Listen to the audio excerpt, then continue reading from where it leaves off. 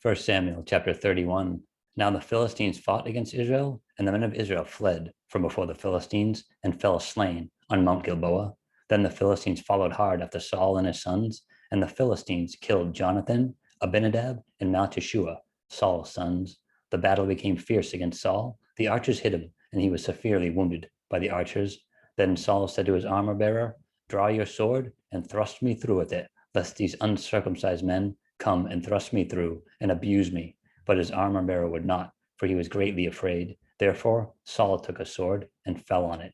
And when his armor bearer saw that Saul was dead, he also fell on his sword and died with him. So Saul, his 3 sons, his armor bearer, and all his men died together that same day.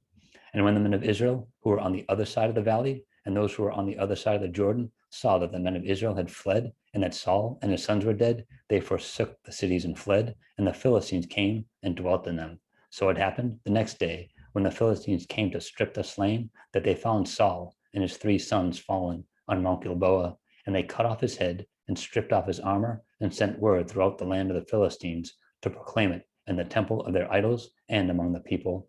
Then they put his armor in the temple of the Ashtoreths, and they fastened his body to the wall of Bethshean.